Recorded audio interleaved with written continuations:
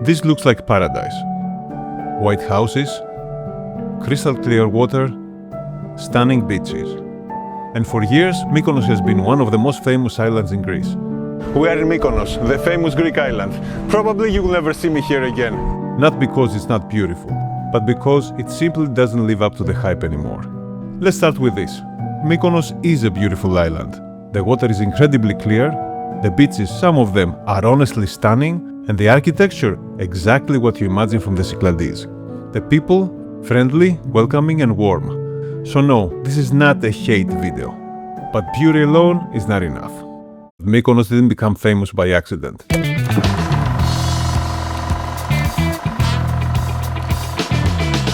Back in the 60s and 70s, it started attracting artists, bohemian travelers, and a growing international crowd. Its freedom, its energy, and its raw beauty made it different. Over time, that reputation grew. Luxury arrived, celebrities followed. And slowly, Mykonos transformed. From being in the 60s a small, relatively unknown island, into one of the most famous and expensive summer destinations in the world. Today, almost 3 million visitors arrive in Mykonos every year, an island of just 85 square kilometers and 11,000 residents. There is one thing here that makes Mykonos special. We'll come back to that. Let's talk about the beaches. Yes, they are beautiful, but they are also packed. Sunbeds everywhere, rows and rows of them, placed so close together that you barely have space to breathe. Privacy? Forget it. And then the prices. We are in Elia Beach. The set of sunbeds and umbrella costs only 70 euro. Considering the prices regardless of the row you are, that's a bargain. In some other places, the front row is much more expensive than the rest. You're not just paying a bit more, you are paying a lot more. For a beach day that in many cases doesn't feel relaxing at all. If your priority is beautiful beaches and crystal clear water, you don't need Mykonos. Greece is full of alternatives. Paros, Naxos, Ios, Karpathos, Rhodes, Crete, Kefalonia, Lefkada. The list is long. Same or even better water, better value, and, for me at least, a beach experience that feels more relaxed and less commercial. And then there's the crowds. You see these cruise ships behind me? 4 of them. That means 5 to 7, at least 1,000 people walking in Hora right now. This is probably the biggest issue. Every day cruise ships arrive, bringing thousands of people to the island. For a few hours, the place transforms. The streets fill up, the beaches get even more crowded, and the whole experience becomes overwhelming. Walking through Mykonos town, which should feel charming and relaxed, often feels like moving through a crowd, not a place. And yes, Hora is beautiful. Narrow alleys, whitewashed buildings, that classic Cycladic atmosphere. But here's the honest question. Is it better than other Greek islands? Better than Ios? Better than Naxos? Paros? Sifnos? Serifos? Folegandros? Not really. Just more crowded. And much more expensive. Now let's talk about food. And yes, you can eat well in Mykonos. But again, the prices. Mykonos is not the most famous food destination in Greece. It does have a few local specialties, but most visitors don't come for the island's culinary traditions. If local cuisine and food traditions are important to you, you'll probably enjoy places like Crete, Corfu or Naxos much more. Better value, less pressure to impress. Then there's the villas and the luxury hotels, which are incredible. Some of the most beautiful places you can stay in Greece. Private pools, luxury everywhere. But again, at a price that's often hard to justify.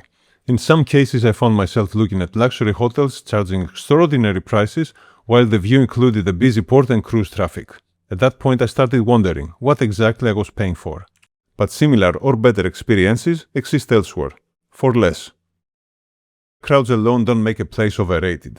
Take Santorini. Yes, it's crowded, very crowded. But the caldera is something unique in the world. You go there because there's nothing else quite like it.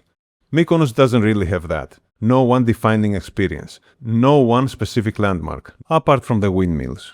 Just a combination of things you can find elsewhere.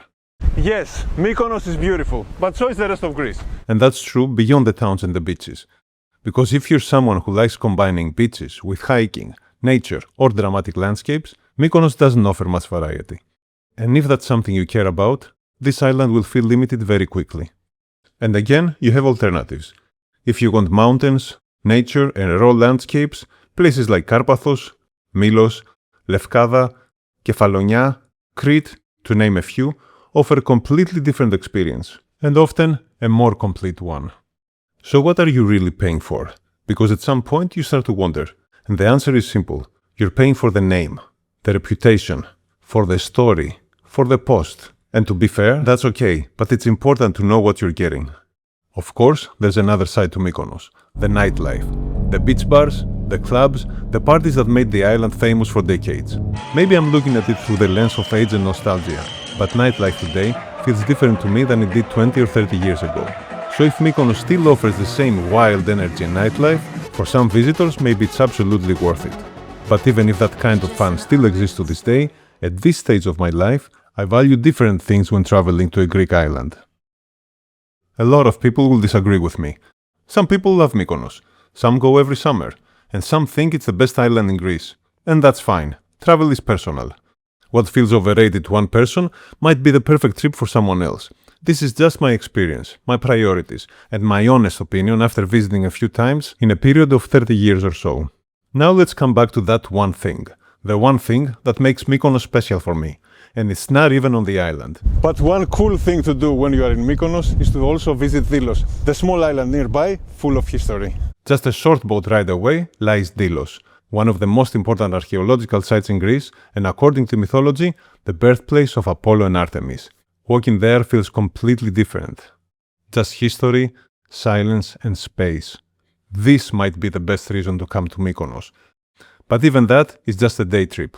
And once it's over, you're back to the same crowds, the same prices, the same reality. So in the end, it comes down to this. Mykonos is beautiful, but it's also overcrowded, overpriced, and in many ways overrated. Not because it's bad, but because Greece offers so much more. So, would I come back? Probably not. Not because I didn't enjoy parts of it, but because I know I can have a better experience somewhere else, with fewer people, more peace, and a lot less money. If you want the Mykonos story, the photos, the atmosphere, the name, then yes, you already know where to go. But if you're looking for value, space, authenticity, and a more relaxed experience, there are many alternatives worth considering. And maybe that's the biggest issue. If Mykonos existed somewhere else in the world, I might see it differently. But it exists in Greece, a country full of beautiful islands, charming towns, great beaches, good food, and remarkable history. And that's what makes it difficult for me to justify the crowds and the prices. But that's just my perspective. Maybe I'm completely wrong. Maybe Mykonos is your favorite island in Greece. If that's the case, I would genuinely love to hear why. Let me know in the comments.